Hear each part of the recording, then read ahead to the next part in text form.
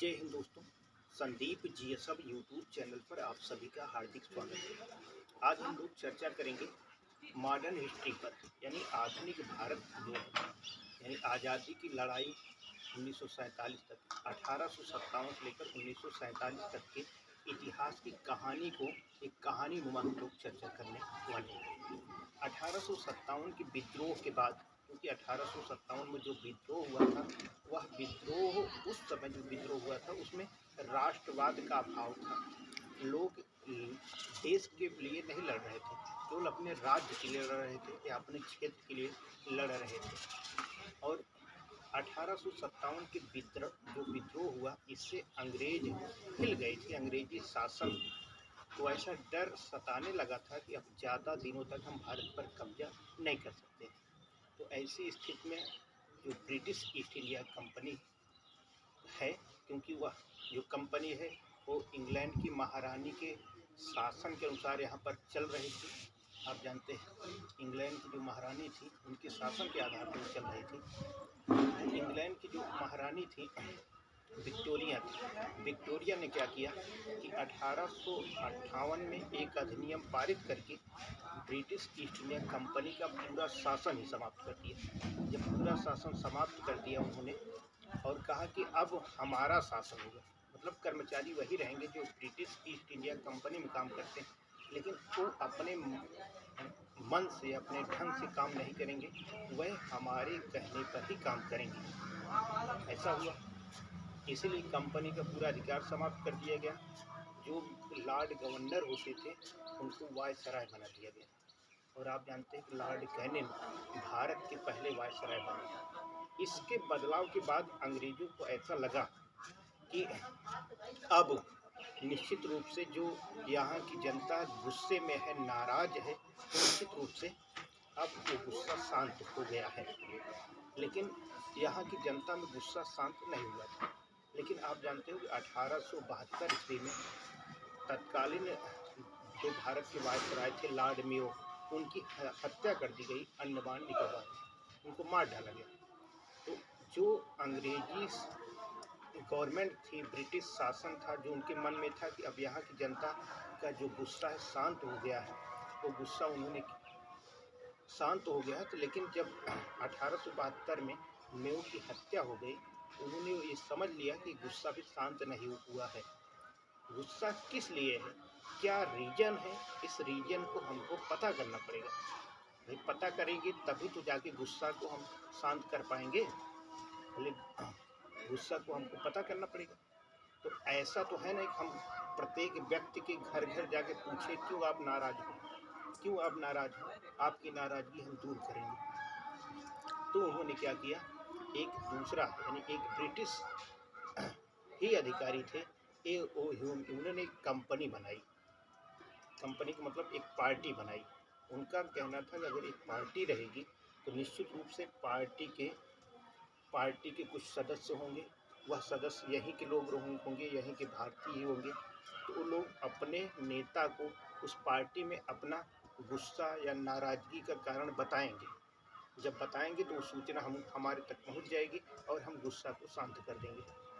तो पार्टी जो बनाई उसका नाम था कांग्रेस। 1885 ईस्वी में कांग्रेस की स्थापना A.O. ह्यूम के द्वारा की गई थी और पहले अध्यक्ष व्योमेश चंद्र बनर्जी बने। तो अंग्रेजों का जो मुख्य उद्देश्य था कांग्रेस बनाने का, भारत में गुस्सा क्यों है इसको पता करना। यानी अंग्रेज ने कांग्रेस की स्थापना, आप जानते हैं कि सेफ्टी बाल्ब के रूप में किया, लेकिन जब इसकी स्थापना हो गई तो भारत में राष्ट्रवाद की भावना उत्पन्न हो गई, जिसको कहते हैं कि भारत के लोगों ने इसे तड़ित चालक के रूप में प्रयोग किया। सब लोग उसी से जुड़ने लगे। अब जो पहले अपने क्षेत्र के लिए लड़ रहे थे, अपने राज्य के लिए लड़ रहे थे या अपनी ज़मीन के लिए लड़ रहे थे, वो अब सभी लोग एक देश के लिए लड़ने लगे, यानी राष्ट्रवाद की भावना उत्पन्न हो गई। इसके बाद आप जानते हैं कि अब बहुत सारे लोग इसमें जुड़े। पहले कांग्रेस में केवल अमीर व्यक्ति ही जुड़े थे, यानी जो अमीर व्यक्ति थे वही जुड़े थे। और जो अमीर व्यक्ति थे उनका कहना था कांग्रेस जो अंग्रेज हैं वो जो जुल्म कर रहे हैं, जो लोगों को सता रहे हैं, ऐसा सताए ना बस। मतलब शासन अंग्रेजों का रहे, लेकिन जो इतना लोगों के साथ दुर्व्यवहार हो रहा है उस दुर्व्यवहार को रोका जाए, यानी अनुनय विनय करते थे। बाद में क्या हुआ तो कुछ लोग जो अभी नवयुवक थे उनके द्वारा एक पार्टी बनाई गई, और वह पार्टी आप जानते थे कि वह जो पार्टी थी मतलब एक नौजवान सभा की स्थापना की गई। उसी में तीन भाई थे, उनको चापेकर बंधु कहा जाता है। 1897 ईस्वी में चापेकर बंधुओं के द्वारा ही आप जानते हैं कि एक अंग्रेज अधिकारी की हत्या कर दी गई। मतलब उनके द्वारा एक व्यायामशाला खोला गया था, जिसको आज हम लोग जिम सेंटर कहते हैं।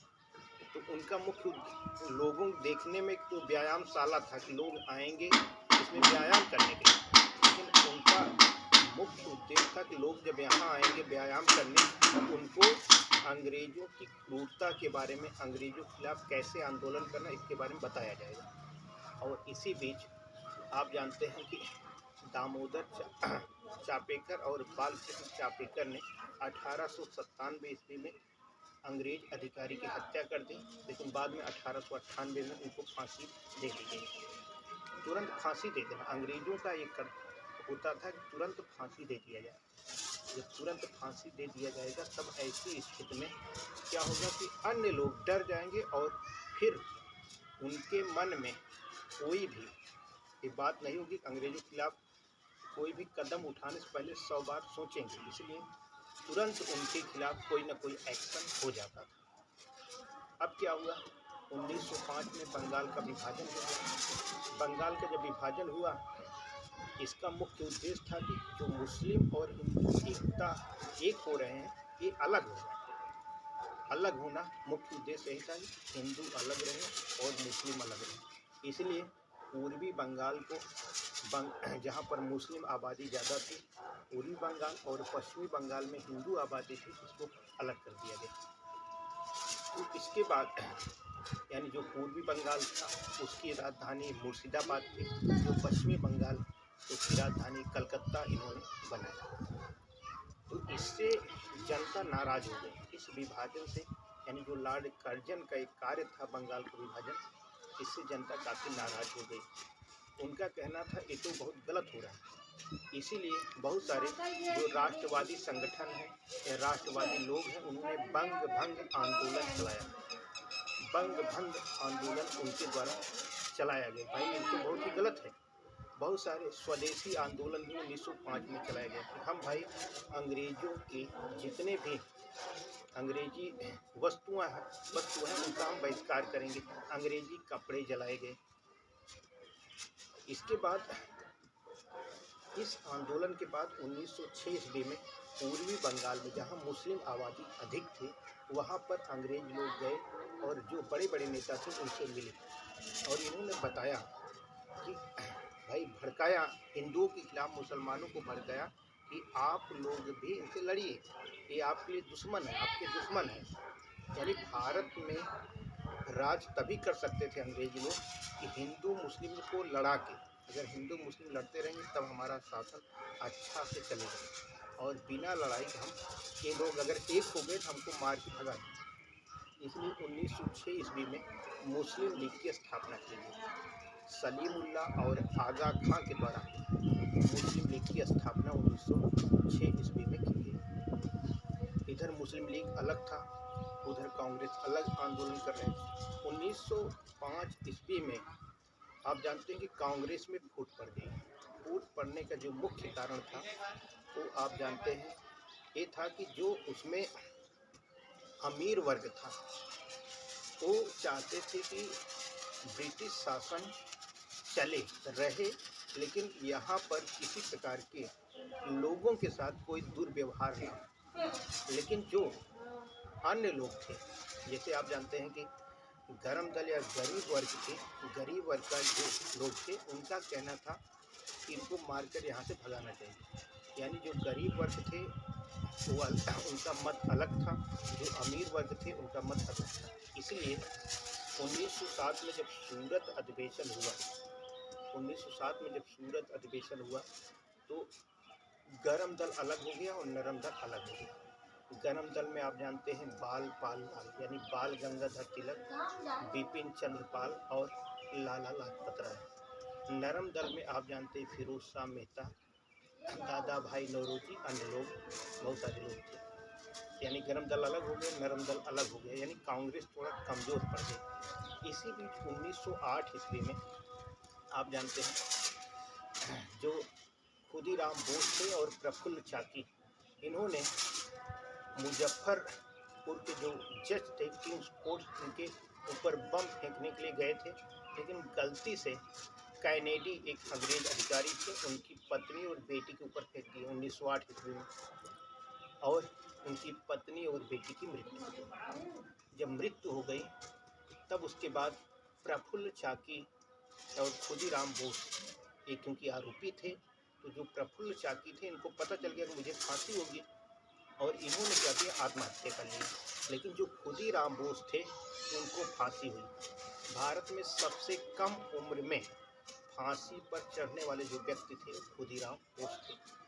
तो 1908 में क्योंकि अभी कम उम्र के थे, किशोर थे, 14-15 साल के थे, तो ऐसी स्थिति में अंग्रेजी सरकार ने बाल गंगाधर तिलक के ऊपर, यानी जो गरम दल के नेता थे, उनके ऊपर आरोप लगाया कि आप बच्चों को भी भड़का के इनसे बम फेंकवाया जा रहा है। यानी अंग्रेजी शासन का मानना था कि यह गरम दल ही ऐसा कारनामा कर रहा है, लोगों को भड़का रहा है अंग्रेजों के खिलाफ, इसलिए ये दोनों लोग बम फेंके। और ऐसी स्थिति में बाल गंगाधर तिलक को पकड़ लिया गया और 6 साल की सज़ा हुई। तिलक को 1908 में मांडले जेल भेजा गया था। मांडले जेल आप जानते हैं म्यांमार में स्थित है। म्यांमार अभी अलग है, 1935 में भारत से अलग हुआ था, पहले भारत का ही हिस्सा था। तो म्यांमार जब भेज दिया गया, आप जानते हैं 1908 ईस्वी में, तो वहाँ पर इन्होंने एक किताब लिखी, गीता रहस्य पुस्तक, इन्होंने पुस्तक लिखा। अब गरम दल के मुख्य नेता जेल चले गए, यानी बाल गंगाधर तिलक जेल चले गए, तो ऐसे में जो लाला लाजपत राय थे या फिर बिपिन चंद्र पाल थे, उन लोगों का जो कार्य था थोड़ा धीमा हो गया, यानी छिप गए जैसे। इसी बीच 1908 ईस्वी में आप जानते हैं कि भारत में जिसको कहते हैं कि बंटवारे संबंधित एक अधिनियम आया, जिसको मार्ले मिंटो सुधार अधिनियम कहा जाता है। तो मार्ले मिंटो सुधार अधिनियम के माध्यम से ये व्यवस्था की गई कि मुस्लिम क्षेत्रों में केवल मुस्लिम लोग ही चुनाव लड़ सकते हैं। यानी हिंदू मुस्लिम को लड़ाने के लिए एक संवैधानिक फार्मूला अपनाया गया। इसके बाद आप जानते हैं कि 1911 में जो इंग्लैंड के राजा थे जॉर्ज पंचम, वो आ रहे थे भारत।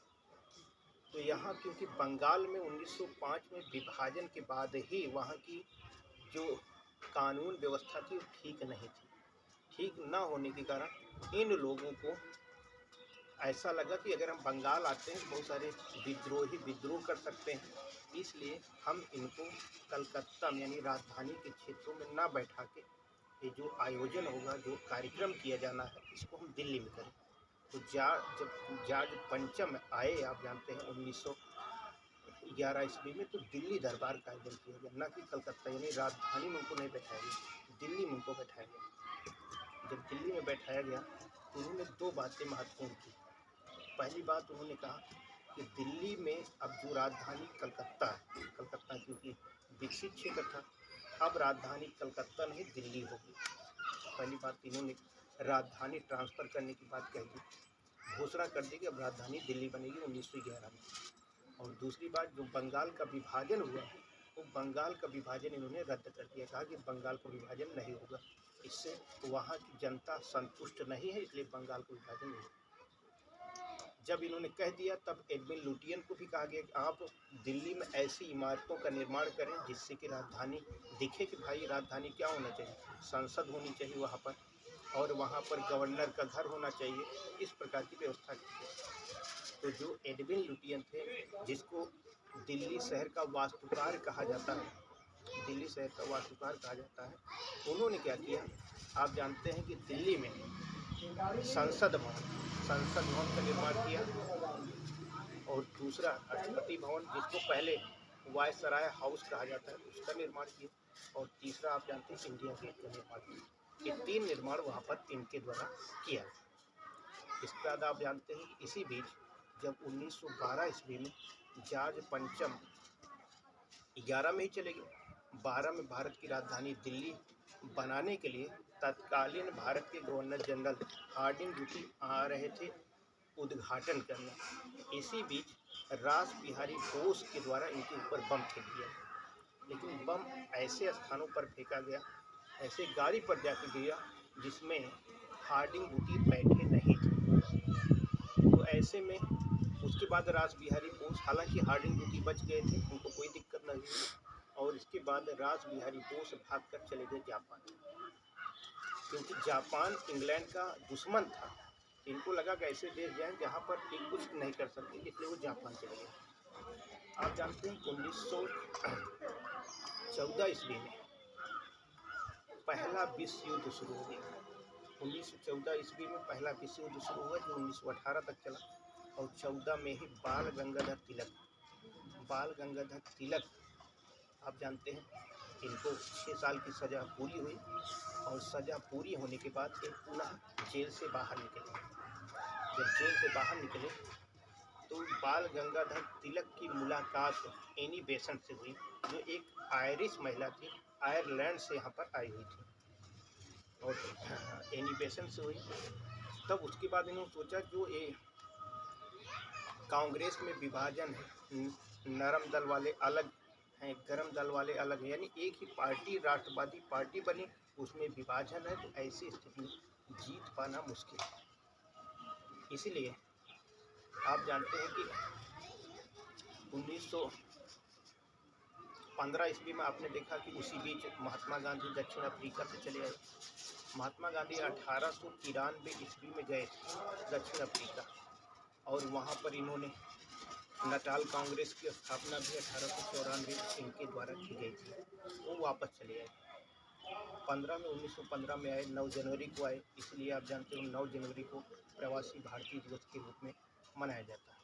1916 में कांग्रेस का एक विशेष अधिवेशन, यानी कि अधिवेशन हुआ लखनऊ में, जिसमें अंबिका चरण मजूमदार जिसके अध्यक्ष थे।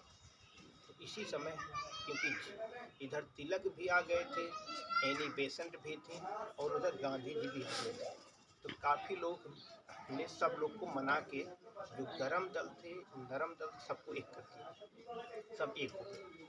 उधर गांधी जी 1916 ईस्वी में बीएचयू की स्थापना हुई थी वाराणसी में, वहाँ पर गांधी जी पहुँचे, और गांधी जी बीएचयू की स्थापना के अवसर पर पहली बार यहाँ लोगों को संबोधित किया, यानी पहली बार यहाँ पर संबोधित किया 1916 में। इससे पहले लोगों को उन्होंने संबोधित किया था, लेकिन भारत में संबोधित नहीं किया था, क्योंकि 1893 में जब गए थे, उससे पहले जब 93 में गए थे, उससे पहले यहाँ पर कोई नेता नहीं थे, सामान्य रूप से एडवोकेट थे, एक वकील थे, साधारण वकील।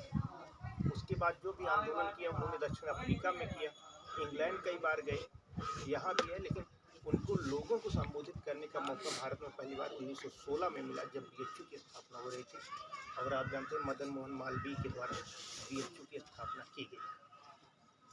अब एक और बात थी कि 1916 में जब लखनऊ पैक्ट जिसको कहते हैं, इसमें मुस्लिम लीग के साथ भी समझौता हुआ, और गरम दल नरम दल एक हुए, इनके द्वारा आप जानते हैं 1916 में इसी समय बिहार के एक किसान थे, उनका नाम था राजकुमार शुक्ला, वो लखनऊ आए हुए थे। उन्होंने बताया कि किसानों की बहुत गंभीर समस्या है बिहार में। समस्या क्या है? तिनकटिया प्रथा। यह ऐसी प्रथा है जिसमें हम लोग को अनिवार्य रूप से नील की खेती करनी पड़ती है। नील की खेती अनिवार्य है, हम लोग भूखों मरें, गेहूं का उत्पादन नहीं कर सकते हैं, लेकिन हमको ज़बरदस्ती कहा गया है कि केवल आप कारखाना में जो भी कच्चा माल है उसके लिए ही उत्पादन आप करिए, उसलिए उत्पादन करिए, चाहे नील की खेती हो, चाहे कपास की खेती हो, चाहे अफीम की खेती हो, इसी प्रकार की खेती आप करिए, लेकिन खाद्यान्न का उत्पादन न करिए। तो राजकुमार शुक्ला को गांधी 1916 में ही आश्वासन दे दिए थे कि ठीक है आप जाइए, और मतलब हम आएंगे। 1917 में चंपारण सत्याग्रह हुआ था। 1917 में चंपारण सत्याग्रह हुआ, वहाँ पर गांधी जी गए और तिनकिया का था जो तिनकटिया प्रथा थी इसको वापस करने के लिए बाध्य करते हैं। 1918 में खेड़ा सत्याग्रह हुआ गुजरात में, और अहमदाबाद मिल मजदूर आंदोलन भी हुआ। ये दोनों सत्याग्रह में गांधी जी शामिल हुए। 1919 में आप जानते हैं एक घटना हो गई थी जलियांवाला बाग हत्याकांड। तो जलियांवाला बाग हत्याकांड होने का एक कारण था, एक कानून लाया गया था आप जानते हैं अंग्रेजों के द्वारा, और उस कानून को रॉलेट एक्ट कहा गया। रॉलेट एक्ट का मतलब होता है कि मतलब वो था कि ऐसा कानून था कि उसमें कोई भी वकील न कर सकते थे, न तो कोई दलील दिया जा सकता था। तो ऐसी स्थिति में क्या हुआ कि यानी किसी को शक के आधार पर गिरफ्तार कर लो, न तो कोई वह वकील पकड़ सकता है, न तो कोई अपील कर सकता है, उसको जेल में डालो। इसके खिलाफ जनता आक्रोशित हो गई, लेकिन ऐसा कानून बनाया गया था कि कोई भी इसके खिलाफ आएगा तो उसको गिरफ्तार कर लिया जाए। तो आप जानते हैं कि 13 अप्रैल 1919 को बैसाखी के दिन पंजाब में एक मेले में लोग आए बैठे हुए थे, मतलब इकट्ठा हुए। उसी समय ये कहा गया कि ऐसा मौका है लोगों को संबोधित किया जाए, क्योंकि उस समय लोगों तक अपनी बातों को पहुंचाने के लिए कोई अन्य साधन नहीं था। यही कोई सोशल नेटवर्किंग साइट ही नहीं, व्हाट्सएप हो, फेसबुक हो, इन माध्यम से अपनी बातों को हम लोगों तक पहुंचाएं, ऐसी कोई बात नहीं थी। तो उस समय मेले में काफ़ी लोग आए थे, तो कुछ लोगों ने सोचा कि यहीं पर ही लोगों को बताया जाए, एक रणनीति बनाई जाए। लेकिन ये बात तत्कालीन पंजाब के जो लेफ्टिनेंट गवर्नर थे जनरल ओडायर, उनको सूचना मिल गई और उन्होंने गोली चलवा दिया और 1000 से ज़्यादा लोग उसमें मारे गए। इसी बीच आप जानते हैं कि 1920 में गांधी जी के द्वारा असहयोग आंदोलन चलाया गया। गांधी जी 1920 में असहयोग आंदोलन, असहयोग का मतलब होता है हम सहयोग नहीं करेंगे, जो लोग भारत के सहयोग न करें। अगर वो सैनिक है तो त्याग पत्र दे दें, अगर टीचर है त्याग पत्र दे दें, छोड़ दें, नौकरी करें छोड़ दें। तो अगर हम सब भारतीय अलग हो जाएंगे तो ये अकेले शासन नहीं चला सकते। इसी को कहा गया असहयोग आंदोलन। आंदोलन शुरू में अहिंसावादी था, लेकिन आप जानते हैं धीरे धीरे बढ़ते लोग ज़्यादा जब लोग इसमें शामिल हुए। इसी बीच आप जानते हैं कि 1922 ईस्वी में 5 फरवरी के दिन एक घटना हुई।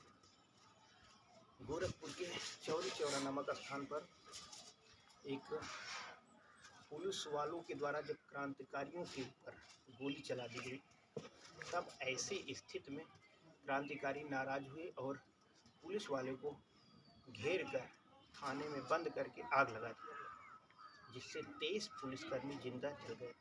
इस घटना से गांधी जी आहत हुए और इन्होंने 12 फरवरी 1922 को अपना आंदोलन वापस ले लिया।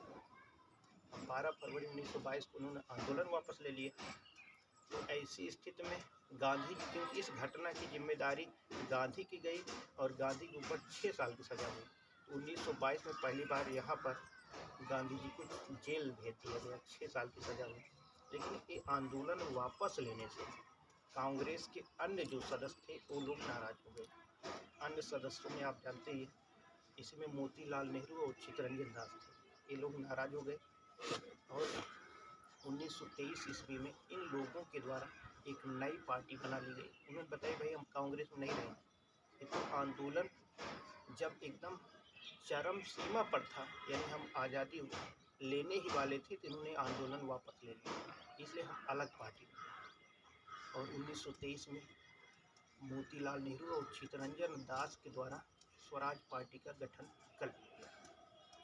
इसके बाद जब देखा, यानी जो क्रांतिकारी, छोटे क्रांतिकारी थे, उनको ऐसा लगा कि अब भाई बड़े बड़े नेता, कहीं कोई जेल चला गया है, कोई इधर चला गया है, इसलिए अब आज़ादी की लड़ाई में थोड़ा प्रगति नहीं हो रही, तो छोटे छोटे लोग छोटे छोटे संगठन बनाना शुरू कर दिए।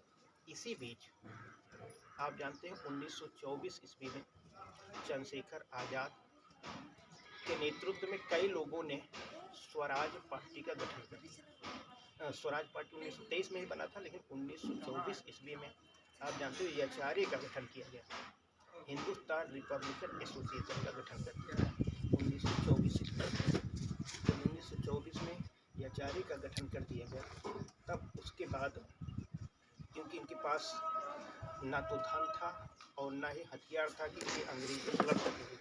भाई लाठी डंडा से, बंदूक वाले से कैसे लड़ पाएंगे, इसलिए ये लोग लगातार सोच रहे थे कोई ऐसा व्यवस्था किया जाए, हथियार आए। इसी बीच 1925 ईस्वी में इनको पता चला कुछ हथियार ट्रेन में लाद कर सहारनपुर ले जाया जा रहा, यानी लखनऊ से लेकर सहारनपुर लेकर जा रहे हैं, ब्रिटिश सरकार के द्वारा ये हथियार ले जा रहे हैं। इन्होंने योजना बनाई कि इसी हथियार को अगर लूट लिया जाए तो हमारे पास भी हथियार हो जाएगा। लखनऊ से जैसे ही ट्रेन सहारनपुर के लिए निकली और आगे आप देखते हैं एक काकोरी स्टेशन, जैसे ही काकोरी स्टेशन पर पहुंची तो ऐसी स्थिति में वहां पर ट्रेन को रोक लिया गया और ट्रेन रोकने के बाद इस तरह ट्रेन जा रही थी और चैन खींच कर रोक दिया गया और उसके बाद पूरा हथियार रोक लिया गया। हथियार रोकने के बाद अंग्रेजी सेना में हड़कंप मच गई। पूरा हथियार रोकने के बाद ब्रिटिश शासन तुरंत इनको पकड़ने का आदेश दिया, तो कई सारे लोग पकड़े गए, चंद्रशेखर आज़ाद पकड़े नहीं गए। जो लोग पकड़े गए थे उसमें कई सारे लोगों को आजीवन कारावास हुआ और 4 लोगों को फांसी की सजा हुई। इसमें राम प्रसाद बिस्मिल को गोरखपुर में फांसी हुई, अशफाक उल्ला खान को आप जानते हैं फैजाबाद में फांसी हुई, रोशन सिंह थे इनको इलाहाबाद में फांसी हुई, राजेंद्र लाहिड़ी इनको गोंडा पे फांसी हुई। इन 4 लोगों को फांसी हुई और जो मुख्य थे चंद्रशेखर आज़ाद, ये पकड़े ही नहीं गए, अभी गायब थे। इसी बीच 1928 ईस्वी में एक नया कानून बना दिया गया अंग्रेजों के द्वारा, साइमन कमीशन।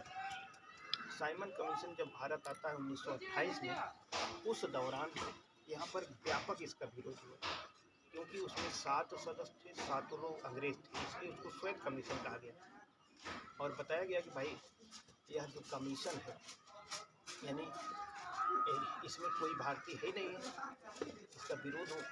यही विरोध जब लाहौर पहुंचा, लाला लाजपत राय इसका विरोध कर रहे थे, लाठीचार्ज हुआ, इतना ज़्यादा उनको लाठी लग गई थी 1928 में लाला लाजपत राय का भी निधन हो गया। और आपको बताना चाहेंगे जो बाल गंगाधर तिलक थे, ये 1920 में ही इनका निधन हो गया था, क्योंकि बाल गंगाधर जो तिलक थे, यानी जो असहयोग आंदोलन था, इसका शुरुआत इन्होंने देखा, यानी शुरू किया, लेकिन अंत क्या था इसको उन्होंने नहीं देख पाए। और इधर आप जानते हैं कि लाला लाजपत राय का निधन 1928 में हो गया, 1928 में का निधन हुआ और लाला लाजपत राय के ही एक शिष्य थे भगत सिंह, तब यह सामने आए, आगे आए। और इधर आप जानते हैं कि मोतीलाल नेहरू ने एक रिपोर्ट प्रस्तुत किया, लोगों का अधिकारों की, महिलाओं के लिए अधिकारों की ये लागू किया गया, उसको नेहरू रिपोर्ट कहा गया। इस रिपोर्ट को नेहरू रिपोर्ट कहा गया। आप जानते हैं कि इधर 1922 में महात्मा गांधी जेल गए थे, लेकिन 2 साल बाद इन्होंने आमरण अनशन कर दिया। जब आमरण अनशन इन्होंने कर दिया, तब ऐसी स्थिति में इनको जेल से छोड़ दिया गया, यानी 1924 में छोड़ ये बाहर आ गए थे।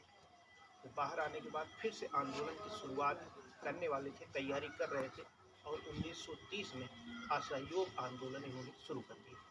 असहयोग आंदोलन की शुरुआत में इन्होंने एक दांडी यात्रा किया जिसमें 241 मील ये पैदल चले थे और नमक कानून तोड़े थे।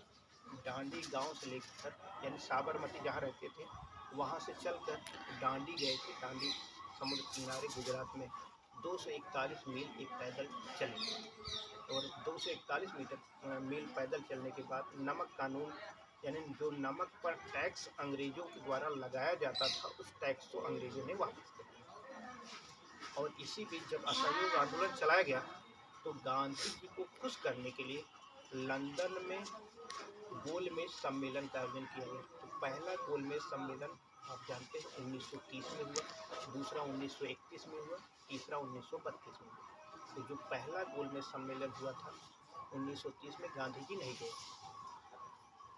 लेकिन क्योंकि असहयोग आंदोलन यहाँ कर रहे थे। तीनों गोलमेज सम्मेलन में भीमराव अंबेडकर शामिल हुए। गांधी जी को मनाने के लिए गांधी इरविन समझौता हुआ। 1931 ईस्वी में मार्च में गांधी इरविन समझौता हुआ। इसमें दूसरे गोलमेज सम्मेलन में महात्मा गांधी भी शामिल हुए। महात्मा गांधी वहाँ पर गए द्वितीय गोलमेज सम्मेलन में, और लेकिन वहाँ बात नहीं बनी, वापस आए। 1932 में गांधी जी को पूना जेल में रख दिया गया। तीनों गोलमेज सम्मेलन में शामिल होने के बाद जब भीमराव अंबेडकर भारत आए तब इन्होंने कहा कि हमारा एक नया देश चाहिए, एक नए देश की मांग करने लगे। लेकिन ऐसे बड़े जो नेता थे उन्होंने सोचा कि अगर ऐसा हुआ तब तो भारत की आज़ादी संभव नहीं है। इसलिए आप जानते हैं 1932 में गांधी जी के बीच और भीमराव अंबेडकर के बीच पूना पैक्ट हुआ, यानी पूना में एक समझौता हुआ। इसके बाद धीरे धीरे आप जानते हैं कि जो आंदोलन था थोड़ा नरम पड़ा था। इसी बीच 1939 में द्वितीय विश्व युद्ध शुरू हुआ। जब द्वितीय विश्व युद्ध शुरू हुआ इस दौरान एक तरफ अंग्रेज यानी ब्रिटिश थे, यानी जो मित्र राष्ट्र थे, मित्र राष्ट्र, दूसरी तरफ विरोधी राष्ट्र थे। तो मित्र राष्ट्र में इंग्लैंड भी था, अमेरिका भी था और इधर चीन भी था, ऑस्ट्रेलिया भी था, कई सारे देश थे। इंग्लैंड के ऊपर दबाव बना कि भारतीयों को शामिल किया जाए तभी हम इधर जापान को हरा पाएंगे। अगर भारतीय हमारे लड़ेंगे नहीं हमारे पक्ष में तो हम इनको हराना संभव नहीं है। इसी बीच 1940 में अगस्त प्रस्ताव आया।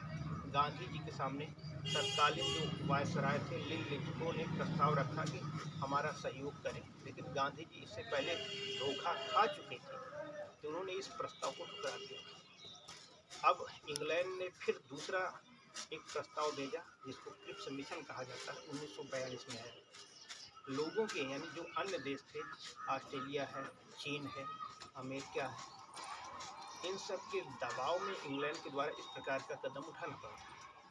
और आप जानते हैं कि जो क्रिप्स मिशन जब भारत में आया इसको गांधी जी ने पोस्ट डेटेड चेक कहा या पोस्ट डेटेड चेक है, ऐसा चेक जिसका दिनांक ही समाप्त हो गया, अब ये भज नहीं सकता, इसको भजाया नहीं, भुगतान नहीं कराया जा सकता। जबकि जवाहरलाल नेहरू ने इसे टूटते हुए बैंक का पोस्ट डेटेड चेक कहा। किसको? क्रिप्स मिशन को, कि ऐसा चेक आप दे रहे हो जिसकी बैंकीय जाने वाली है, जब बैंकीय नहीं रहेगी तो इसका भुगतान हम कहाँ से प्राप्त करेंगे। इसी बीच 1942 में आप जानते हैं भारत छोड़ो आंदोलन की शुरुआत हुई, जिसको कहते हैं गांधी जी ने करो या मरो का नारा दिया। और 1935 इसके बाद इसी दौरान 1945 में आप जानते हैं कि इंग्लैंड में सत्ता परिवर्तन हो गया। जो वहाँ पर कंजरवेटिव पार्टी थी, विंस्टन चर्चिल वहाँ के प्रधानमंत्री थे, बदल गए और क्लेमेंट इटली ब्रिटेन के प्रधानमंत्री बन गए। जब क्लेमेंट इटली ब्रिटेन के प्रधानमंत्री बन गए तो ये जब 1928 में साइमन कमीशन आया तो इटली जो क्लेमेंट इटली भी उसके सदस्य थे। वो लोग भारत के प्रति इटली का जो रवैया था अच्छा था, तो क्लेमेंट इटली के रवैया अच्छा था, इसीलिए इन्होंने लॉर्ड माउंटबेटन को भेजा और देखा कि जाके भारत को आज़ाद कराया जाए। लेकिन भारत में सांप्रदायिक दंगे इतना ज़्यादा फैल गए थे, हिंदू मुस्लिम को इतना ज़्यादा विरोध हो रहा था, एक दूसरे से लड़ाई, इसलिए उनको ऐसा लगा कि अगर हम ऐसा छोड़ कर चले गए तो लोग आपस में मर जाएंगे लड़के। इसलिए इन दोनों का अगर बंटवारा कर दिया जाए तब काफ़ी अच्छा होगा। और इसीलिए पाकिस्तान और हिंदुस्तान का बंटवारा किया और एक सीमा आयोग बनाया गया जिसके अध्यक्ष सर रेडक्लिफ थे। उनके द्वारा ही सीमा रेखी खींची गई, इधर पाकिस्तान होगा, इधर भारत होगा। 1947 में 15 अगस्त 1947 को भारत आज़ाद हुआ। तो आज बस यहीं तक। कैमरा पर्सन प्रवीण के साथ मैं आपसे विदा लेता हूँ। जय हिंद।